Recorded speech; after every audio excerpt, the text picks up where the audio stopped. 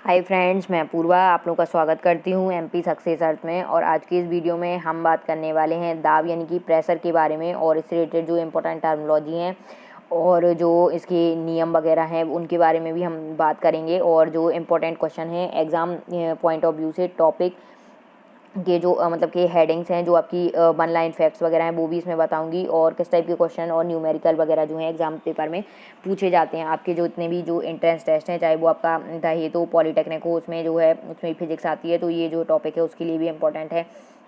और आपका जो है पीबी एंड एफटी वगैरह है, उनमें भी जो है आपका जो है ये फिजिक्स में आपको ये टॉपिक मिल जाएगा। ठीक है, तो चलिए स्टार्ट करते हैं। यहाँ पर देखते हैं। और जो प्री एग्रीकल्चर टेस्ट वगैरह है भी है, जिसमें भी आपका जो है फिजिक्स एक सब्जेक्ट है, तो उसमें आपका ये टॉपिक इंपॉर्टेंट है। दाब की बात करें तो दाब को हम प्रेशर बोलते हैं। और ये क्या होता है, तो किसी सतह के एकांक क्षेत्रफल पर लगने वाले बल को दाब कहते हैं। जैसे कोई ये जो है इसकी ये सतह है और इस पर हम जो है यहाँ पर जो है क्या करें, इस पर बल लगाएं, तो एकांक क्षेत्रफल पर लगने वाले बल को, एकांक क्षेत्रफल, इस क्षेत्रफल पर जो है हम बल लगा रहे हैं, तो इसको क्या बोलेंगे, हम दाब बोलेंगे। जैसे यहाँ पर ये देखिए, pressure equals to force upon area. ठीक है, फोर्स क्या हो गया, पृष्ठ के लंबवत बल। ठीक है, और ये क्या हो गया, पृष्ठ का क्षेत्रफल हो गया। तो इस टाइप से इसको डिनोट करते हैं। अब दाब का ऐसा ही मात्रक, इसकी ऐसा ही यूनिट की बात करें प्रेशर की, तो न्यूटन पर मीटर स्क्वायर होता है। और न्यूटन पर मीटर स्क्वायर को हम पास्कल बोलते हैं। तो इसी से एक क्वेश्चन बन जाता है प्रेशर का, आपसे फॉर्मूला भी पूछ सकता है, या फिर जो है आपको फोर्स दिया हो और एरिया गिवन हो, प्रेशर पूछ ले। ठीक है, या फिर ऐसा यूनिट पूछ सकता है कि क्या होती है ऐसा यूनिट प्रेशर की, या फिर जो है पूछ सकता है कि जो है न्यूटन पर मीटर स्क्वायर को हम क्या बोलते हैं। या फिर इम्पोर्टेंट ये क्वेश्चन आता है कि पास्कल जो है वो किसकी यूनिट है, तो प्रेशर की यूनिट क्या है, पास्कल है। पास्कल को हम किससे डिनोट करते हैं, न्यूटन पर मीटर स्क्वायर से। और ये किस टाइप की जो है वो क्वांटिटी है, तो या राशि है, तो अदिश राशि है। ये कैसी है, स्केलर क्वांटिटी है। प्रेशर एक स्केलर क्वांटिटी है। ठीक है, अब यहाँ पे आगे बात करें वायुमंडलीय दाब की, तो वायुमंडलीय दाब को हम बोलते हैं एटमॉस्फेरिक प्रेशर। ये भी जो है ये इंपॉर्टेंट पॉइंट्स है आपके लिए एग्जाम पॉइंट ऑफ व्यू से। तो सामान्यतः वायुमंडल दाब वह दाब होता है जो पारी के 76 सेंटीमीटर लंबे कॉलम के द्वारा 0 डिग्री सेल्सियस पर 45 डिग्री जो है अक्षांश पर समुद्र तल पर लगाया जाता है। ठीक है, तो यह 1 वर्ग सेंटीमीटर अनुप्रस्थ काट वाले पारे के 76 सेंटीमीटर लंबे कॉलम के बराबर होता है। वायुमंडलीय दाब ये जो है ये आपके लिए इम्पोर्टेंट ये वाला टर्म है।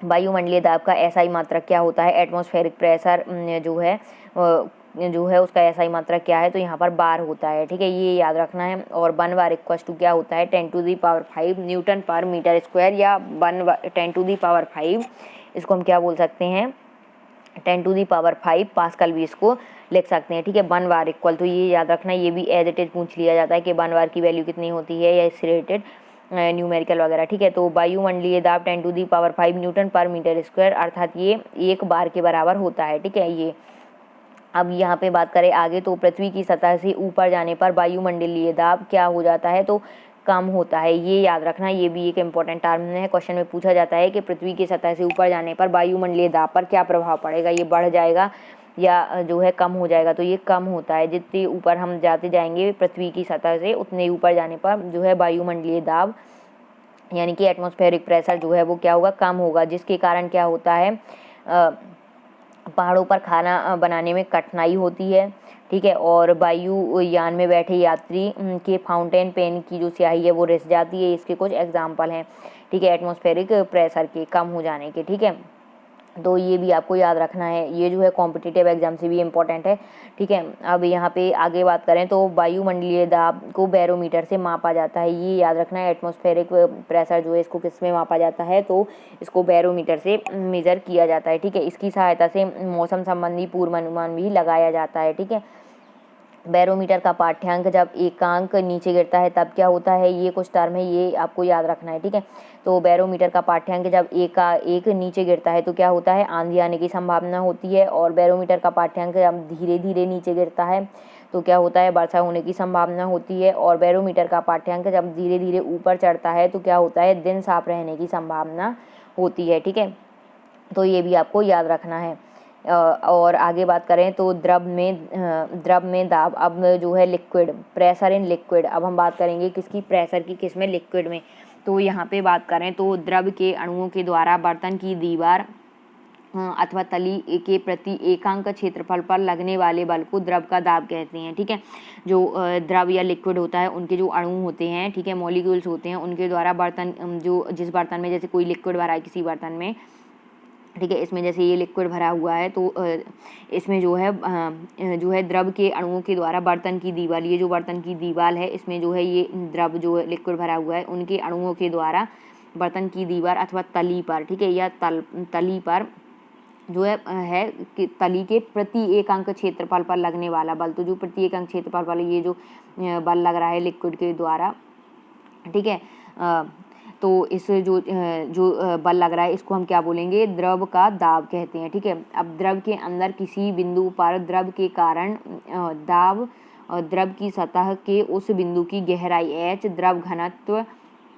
डेंसिटी मतलब कि d बोलेंगे, तथा गुरुत्वीय त्वरण g के गुणनफल के बराबर होता है। अर्थात मतलब यहाँ पे क्या हुआ कि जो प्रेशर होता है दाब लिक्विड के लिए, प्रेशर इन लिक्विड में क्या होगा, जो गहराई होगी जितने में जो है द्रव भरा हुआ है और उसके जो डेंसिटी होगी वो उसका मल्टीपल, और जो उसका क्या होगा गुरुत्वीय त्वरण होगा उसका मल्टीपल। तो ये होता है किसके इक्वल, प्रेशर इन लिक्विड के दाब के बराबर। ठीक है, P इक्वल्स टू हम यहाँ पे लिख सकते हैं रो जी एच, इसको जो डी है डेंसिटी इसको हम रो भी बोलते हैं, तो इसको अगर हम रो से डिनोट करें तो इसको पूरा लिख सकते हैं रो जी एच, या फिर यहाँ पे लिख सकते हैं हम डी जी एच। ठीक है, तो ये आपको याद रखना है, ये बहुत ज़्यादा इंपॉर्टेंट है। जब ये न्यूमेरिकल इससे भी बनते हैं, जब लिक्विड में लिक्विड की बात करें प्रेशर इन लिक्विड, तो ये जो है ये वाला फॉर्मूला यूज़ करना होता है आपको। डी जी एच, डी क्या है यहाँ पर, डेंसिटी या घनत्व है, और जो डेंसिटी होती है वो क्या होती है, मास अपॉन वॉल्यूम।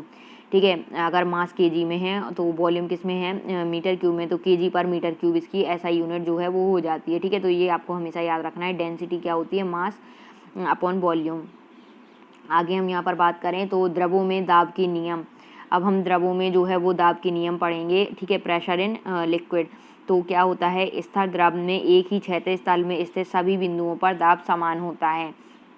ठीक है, अगर हम बात करें कि मतलब कि स्थिर द्रव में जो मतलब अगर कांस्टेंट लिक्विड है तो उसमें जो क्षैतिज तल में स्थित सभी बिंदुओं पर जो दाब होगा वो समान होता है, और स्थिर दाब के भीतर अगर किसी बिंदु पर दाब प्रत्येक दिशा में जो है वो क्या होता है, बराबर होता है। ठीक है, अब द्रव के भीतर किसी बिंदु पर दाब स्वतंत्र तल से बिंदु की गहराई के अनुक्रमानुपाती होता है। द्रव के भीतर अगर हम किसी बिंदु पर दाब स्वतंत्र तल से बिंदु की गहराई में देखें तो वो किसके अनुक्रमानुपाती होगा, तो बिंदु की गहराई के अनुक्रमानुपाती होता है। यहाँ पे अगर हम बात करें आगे तो किसी बिंदु पर द्रव का दाब द्रव के घनत्व पर निर्भर करता है, ये आप याद रखना। ठीक है, ये इम्पोर्टेंट है कि किसी बिंदु पर द्रव का जो दाब है वो द्रव के घनत्व पर किस पर निर्भर करता है, तो द्रव के घनत्व पर निर्भर करता है कि उसकी जो डेंसिटी है वो कैसी है द्रव की, उस पर ये डिपेंड करेगा। ठीक है, दाब। तो यहाँ पे आगे पढ़े तो घनत्व अधिक होने पर दाब भी अधिक होता है। ठीक है, अगर हम जो है डेंसिटी जो है वो ज़्यादा होगी तो जो है प्रेशर भी क्या होगा, वो ज़्यादा होगा। ठीक है, क्योंकि ये क्या है, प्रेशर इक्वल टू जो है वो क्या होता है, डी जी एच होता है। तो मतलब कि डेंसिटी के यहाँ पर डेंसिटी अगर हम बढ़ाते हैं तो प्रेशर भी क्या होगा, बढ़ेगा। ठीक है, अब आगे यहाँ पर अगर हम बात करें तो है द्रव दाब संबंधी पास्कल का नियम। अब जो है वो बहुत ज़्यादा इंपॉर्टेंट है, ये पास्कल का नियम आपने सुना होगा।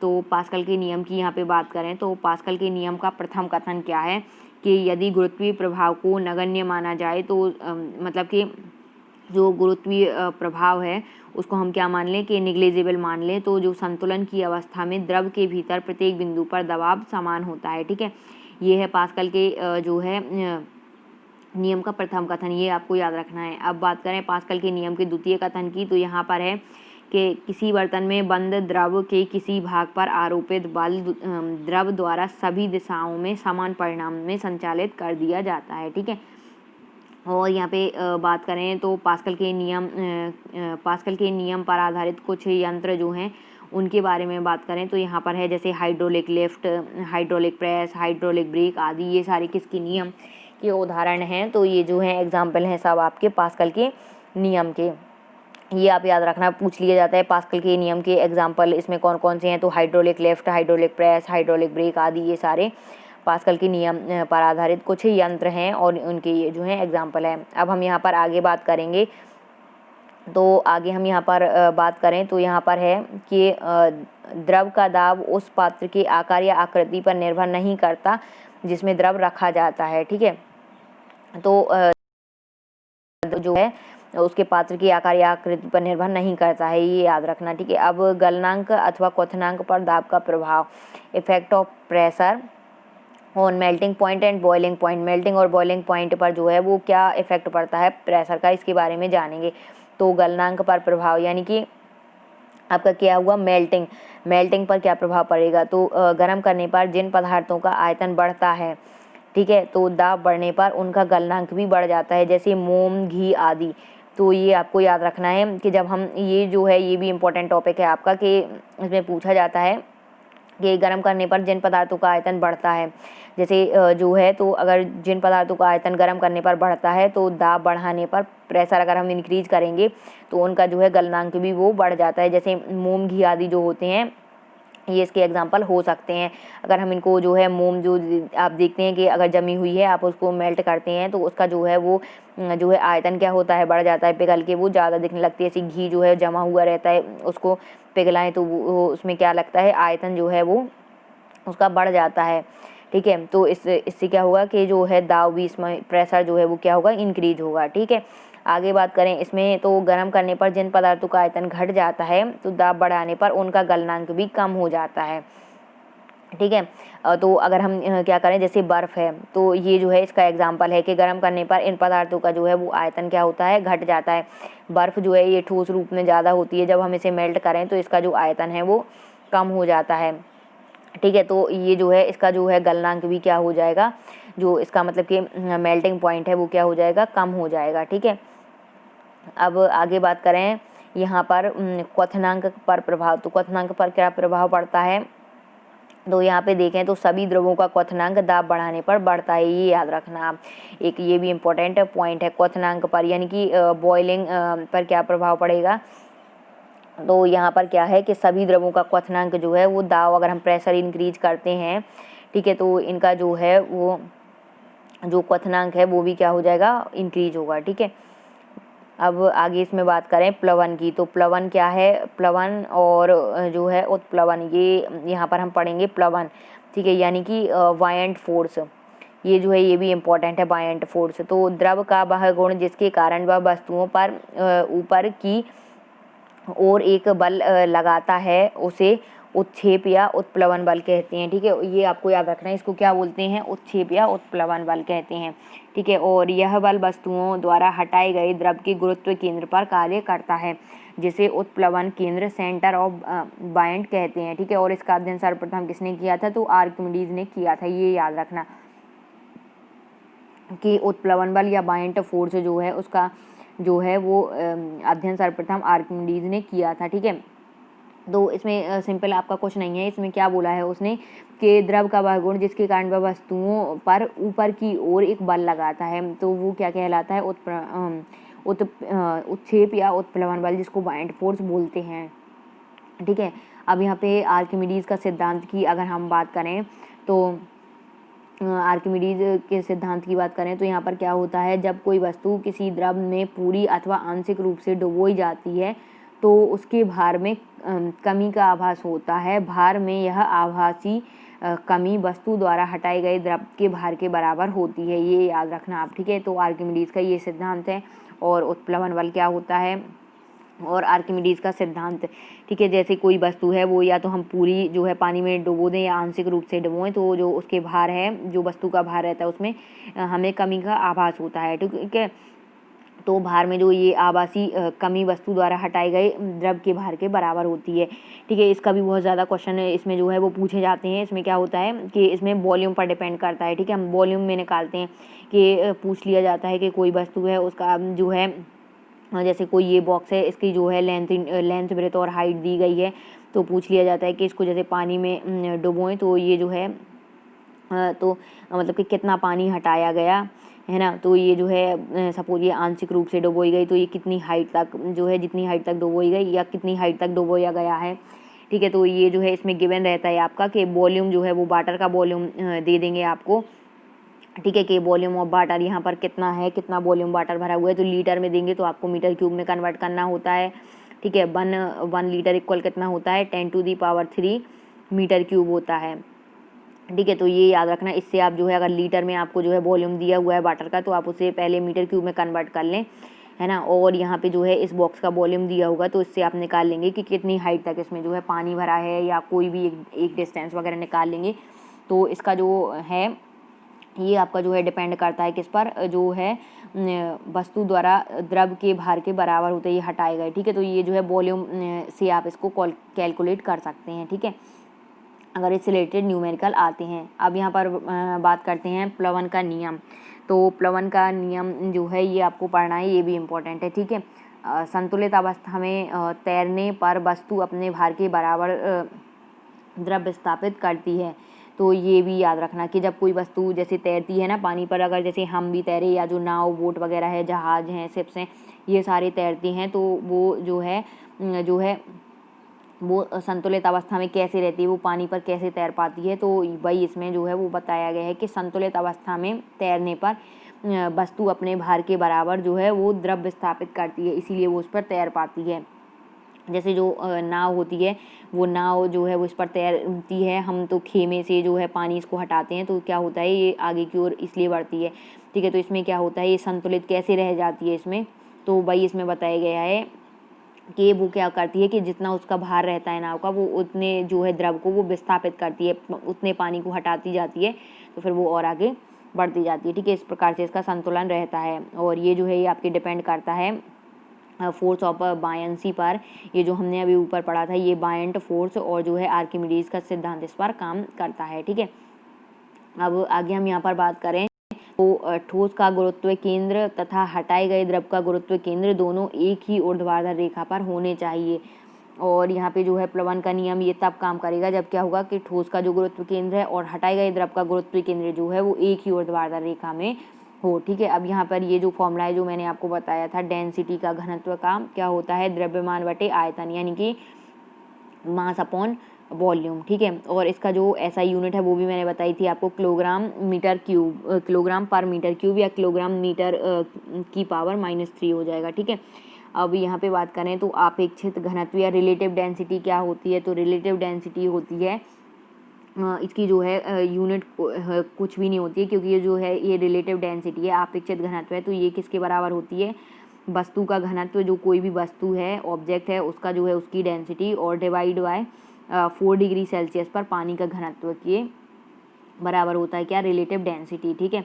तो ये हम निकालते हैं, तो 4 डिग्री सेल्सियस पर अगर पानी का घनत्व देखें तो जो है वो होता है 10⁻³ है ना, जो है kg पर मीटर क्यूब, ठीक है। तो 1000 आप लिख सकते हैं इसका घनत्व 4 डिग्री सेल्सियस पर, और फिर वस्तु का घनत्व जो भी होगा तो वो निकाल सकते हैं हम उससे रिलेटिव डेंसिटी, ठीक है।